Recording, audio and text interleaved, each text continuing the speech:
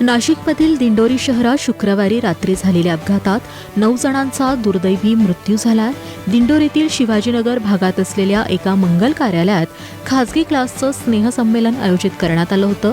या कार्यक्रमासाठी इंदोरे गावातील दरगोडे कुटुंब आपल्या इर्टिका कारने आलं होतं. कार्यक्रम संपूर्ण रात्री 10च्या सुमारास हे कुटुंब घराकडे जाण्यासाठी निघालं. मात्र मंगल कार्यालयापासून काही अंतरावरच चालकाचे नियंत्रण सुटल्याने कार रस्त्याशेजारील पाण्याने भरलेल्या विहिरीत कोसळली.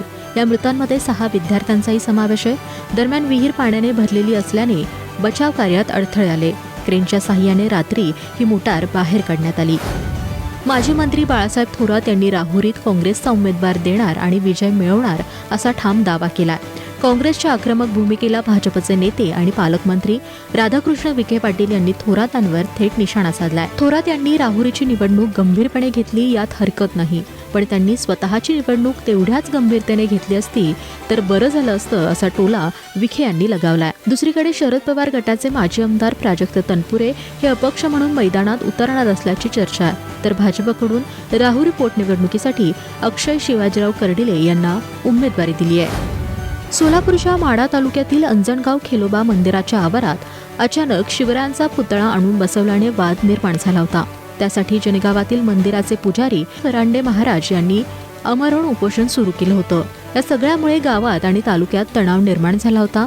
धनगर समाजाकडून रस्त्यावर ठिय्या आंदोलन सुरू होतं. अखेर शुक्रवारी रात्री यावर यशस्वी तोडगा निघाल्यानंतर खेलोबा मंदिराचे पुजारी फरांडे महाराजांनी आंदोलन मागे घेतलंय. छत्रपती शिवाजी महाराजांचा पुतळा बसवण्यात आलेली ही जागा खेलोबा देवस्थानची असल्याबाबत दोन्ही समाजाचं एकमत झालंय. पालकमंत्री जयकुमार गोरे आणि मोहोळचे माजी आमदार राजन पाटील यांची मध्यस्थी बैठक यशस्वी ठरली. त्यामुळे आता या पुतळ्याचं स्थलांतर केलं जाणार आहे. यासाठी दोन्ही समाजाचे प्रतिनिधी मिळून नवी जागा शोधतील. तब्बल 20 वर्षांनंतर महसूल विभागातील क्षेत्रीय कर्मचाऱ्यांचा सुधारित आकृतीबंध सरकारने मान्य केला असून याबाबतचा शासन निर्णय जारी करण्यात आला.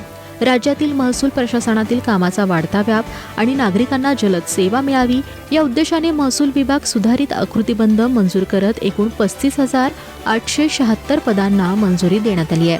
चंद्रशेखर बावनकुळे यांनी महसूल विभागातील मोठ्या प्रशासकीय बदलांची घोषणा केली आहे. याआधी महसूल विभागाचा शेवटचा आकृतीबंध 2006 मध्ये मंजूर करण्यात आला होता. त्यानंतर कर्मचाऱ्यांनी नव्या आकृतीबंधासाठी अनेक आंदोलने केली. अखेर शासनाने हा महत्त्वाचा निर्णय घेतला.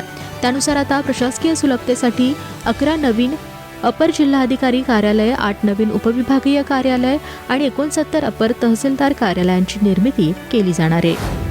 काँग्रेस खासदार शशी थरूर यांच्या ताफ्यावर केरळमधील मलप्पुरम जिल्ह्यातील वंडूर भागात हल्ला झाल्याची माहिती समोर येते आहे. केरळ विधानसभा निवडणुकीच्या पार्श्वभूमीवर UDF उमेदवार PF अनिल कुमार यांच्या प्रचारासाठी शशी थरूर जात होते. त्याचवेळी अचानक काही अज्ञातांनी शशी थरूर यांचा ताफा अडवला. या दरम्यान बंदूकधारी सुरक्षा कर्मचाऱ्याने हस्तक्षेप केला, परंतु हल्लेखोरांनी त्या सुरक्षा रक्षकालाच धक्काबुक्की करत मारहाण केली. या प्रकरणी पोलिसांनी गुन्हा दाखल करून दोघांना ताब्यात घेतलंय. तसेच हा हल्ला पूर्वनियोजित होता का याची आता चौकशी सुरू आहे. इराण विरुद्ध इस्रायल आणि अमेरिका यांच्यातील युद्धाच्या पार्श्वभूमीवर सोन्याच्या दरात चढउतार सुरू आहेत. भारतात सोन्याच्या दरात आता पुन्हा एकदा मोठी वाढ झाली आहे. आज 24 कॅरेट सोन्याच्या किमतींनी उसळी घेतल्याचं दिसून आलंय. गुड रिटर्न्सच्या आकडेवारीनुसार 4 एप्रिल रोजी 24 कॅरेट सोन्याचा भाव प्रति ग्रॅम 196 रुपयांनी वाढून 15,093 रुपये झाला, तर 10 ग्रॅमचा भाव 1,50,930 रुपये इतका आहे. यामुळे आता सोन्याने गुंतवणूकदारांना दिलासा दिलाय. यामुळे आता बाजारात पुन्हा एकदा सकारात्मक वातावरण निर्माण झालंय. मात्र ग्राहकांच्या खिशावरील भार आता वाढणार आहे. पहलगाम दहशतवादी हल्ल्यानंतर भारताने सिंधू जल करार अनिश्चित काळासाठी स्थगित केला. त्यानंतर आता पाकिस्तानला भारताने आणखी एक धक्का दिलाय. तब्बल 120 वर्ष जुना ऐतिहासिक मुहरा जलविद्युत प्रकल्प पुन्हा सुरू करण्याची योजना जम्मू काश्मीर सरकारने आखली आहे. हा प्रकल्प 1990 पासून बंद आहे. या प्रकल्पातून अनेक वर्ष श्रीनगर, काश्मीर खोरे आणि आसपासच्या भागांना वीज पुरवठा केला जात होता. मात्र 1992 मध्ये आलेल्या भूकंपामुळे या प्रकल्पाचे मोठं नुकसान झालं. त्यानंतर हा प्रकल्प हळूहळू बंद पडला. मात्र आता जम्मू काश्मीरचे मुख्यमंत्री उमर अब्दुल्ला यांनी या प्रकल्पाच्या पुनरुज्जीवनाची प्रक्रिया सुरू केली आहे. विशेष म्हणजे या प्रकल्पाची क्षमता 5 मेगावॅटवरून 10.5 मेगावॅट करण्याची योजना आहे.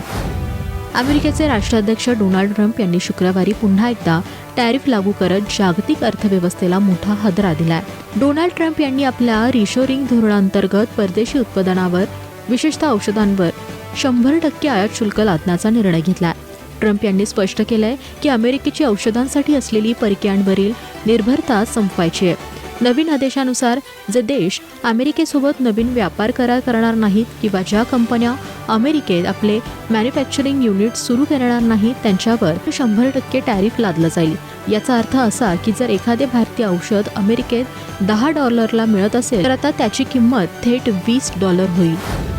IPL 2026 मध्ये पंजाब किंग्सने आपला दबदबा निर्माण केला. शुक्रवारी झालेल्या लढतीत पंजाबने CSKला त्यांच्याच बालेकिल्ल्यात 5 विकेट्सनी धूळ चारली. या सामन्यात प्रथम फलंदाजी करताना CSKने 209 धावांचं लक्ष्य ठेवलं होतं. या प्रत्युत्तरात पंजाबने 18.4 षटकात 5 गडी गमावून विजय मिळवला. यासह पंजाब किंग्सने यंदाच्या हंगामातील दुसरा विजय नोंदवत गुणतालिकेत अव्वल स्थान पटकावलंय. पहिल्या सामन्यात पंजाबने गुजरात टायटन्सवर मात केली होती, ज्यामुळे आता त्यांना नेट रन रेटमध्ये फायदा झालाय.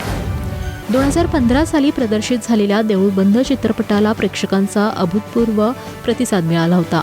या चित्रपटाच्या यशानंतर लेखक दिग्दर्शक प्रवीण विठ्ठल तरडे यांनी देऊळ बंद 2ची घोषणा केली होती. अखेर हा चित्रपट लवकरच प्रेक्षकांच्या भेटीस येणार आहे. वटवृक्ष एंटरटेनमेंट निर्मित देऊळ बंद 2चं पोस्टर सोशल मीडियावर प्रदर्शित करण्यात आलंय. त्यानुसार 21 मे 2026 रोजी जगभरात देऊळ बंद 2 चित्रपट प्रदर्शित होणार असल्याचं जाहीर करण्यात आलंय. या चित्रपटात कोणते कलाकार असणार आहेत हे मात्र अद्याप गुलदस्त्यात आहे.